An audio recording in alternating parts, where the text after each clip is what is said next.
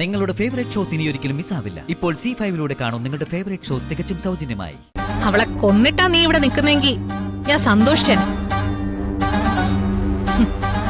ഓരോന്നും എണ്ണം പറഞ്ഞവള് ജയിച്ചോണ്ടിരിക്കുക. അവളുടെ അനിയത്തി പ്രസവിച്ചു. അവള് പ്രസവിച്ചിട്ടത് നെല്ലിശ്ശേരിയുടെ മുഴുവൻ സ്വത്തിന്റെ അവകാശിയാ. ഞാനും നീ അനുഭവിക്കേണ്ടിയിരുന്ന സമ്പത്ത് അത്രയും ഇനി ആ കുട്ടിക്കൂടി അവകാശപ്പെട്ടതായി മാറും. അതിനു മുമ്പ് എന്താന്ന് വെച്ചാൽ ഇനി ആലോചിച്ച് തീരുമാനിക്കണം. അതിന് നീ പുറത്തിറങ്ങണം. 14 ദിവസത്തെ റിമാൻഡ്. അത് കഴിഞ്ഞ് കോടതിയിൽ കേസ് വിളിക്കുമ്പോ ഈ നാട്ടിൽ കിട്ടാവുന്ന ഏറ്റവും നല്ല അഡ്വക്കേറ്റ് നിനക്ക് വേണ്ടി കോടതിയിൽ ഹാജരാവും. അതുവരെ ഇവിടെ വെറുതെ ഇരുന്നാ പോരാ. ഇനി എന്ത് വേണമെന്ന് ആലോചിക്കണം. 14 രാവും പകലും നിന്റെ ജീവിതത്തിൽ ഈ കാരാഗ്രഹവാസം ഈശ്വരൻ നിശ്ചയിച്ചിട്ടുണ്ട്.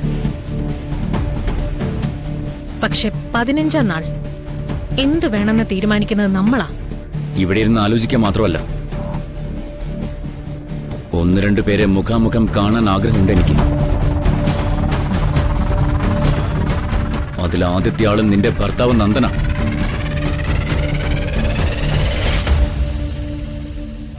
അവനെ ഇവിടെ വിളിച്ചു വരുത്തി കാണണം എനിക്ക്. ഞാൻ പുറത്തിറങ്ങുമ്പോ നിന്നോടൊപ്പം അവനും വേണം എന്നെ സ്വീകരിക്കാൻ. നന്ദനെ എന്തു പറഞ്ഞു നീ കൺവിൻസ് ചെയ്യും? നിന്റെ പേര് മുതൽ കംപ്ലീറ്റ് വ്യാജമാണെന്ന് അന്ന് അർച്ചന വിളിച്ചു പറഞ്ഞത് എല്ലാരും കേട്ടതല്ലേ?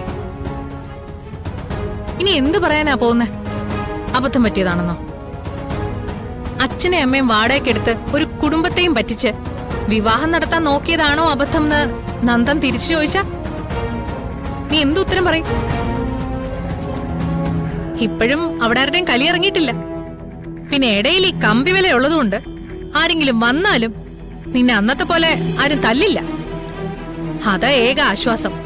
ഞാൻ പറയുന്നത് നീ ആദ്യം ചെയ്യും. പിന്നെ എന്തു വേണമെന്ന് എനിക്കറിയാം. ഞാൻ പോയി നന്ദനോട് പറയണോ നിന്നെ ഇവിടെ ഒന്ന് കാണാൻ? അതിലും ഭേദവേ നമ്മുടെ ബന്ധം അങ്ങോട്ട് തുറന്നു പറയുന്നതാ. നീ പറയണ്ട, ആരെങ്കിലും കൊണ്ട് പറയിച്ചാ മതി. എനിക്ക് അവനെ ഒന്ന് കാണണമെന്ന് താല്പര്യം പറഞ്ഞൊന്നും പറഞ്ഞ് എന്റെ ഫ്രണ്ടെന്നും പറഞ്ഞ ആരെങ്കിലും നന്ദന്റെ അടുത്തെത്തിച്ച് കാര്യം പറഞ്ഞാ മതി.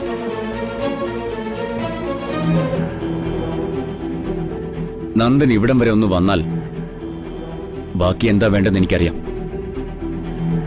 നന്ദനെ എപ്പോഴും അർച്ചനയിൽ നിന്നും ആ കുടുംബത്തിൽ നിന്നും അകറ്റി നിർത്തണം നമുക്ക്. നീ അവനെ തട്ടിക്കൊണ്ടുപോയി വർഷങ്ങൾ പൂട്ടിയിട്ടെന്ന് പറയുമ്പോ അവന്റെ ബുദ്ധി നമുക്ക് അളക്കാവുന്നതല്ലേ ഉള്ളൂ. അത്രയും കഷ്ടപ്പെടുത്തിയ നിന്നോട് അവൻ ക്ഷമിക്കുകയും ചെയ്തു. തലയിൽ ആളുതാമസമില്ലെന്ന് ബോധ്യപ്പെടാൻ മറ്റെന്തെങ്കിലും വേണോ?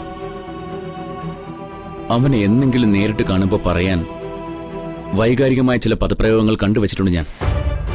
എന്നോടുള്ള വെറുപ്പും ദേഷ്യവും മാറി. ഞാൻ അങ്ങനെ ചെയ്തിട്ടുണ്ടാവുമോ എന്ന സംശയം അവന്റെ മനസ്സിൽ ഉടലെടുക്കുന്നിടത്തു നിന്ന് ഈ ഷാഹിർ മുഹമ്മദ് വീണ്ടും കളി തുടങ്ങും. ഇത്രയും നാളും സ്നേഹത്തെ മുൻനിർത്തിയാണ് കളിച്ചതെങ്കിൽ ഇനി കളിക്കുന്നത് ചതിയിലൂടെയാ. ആർക്കും മനസ്സിലാവാത്ത ചതിയിലൂടെ.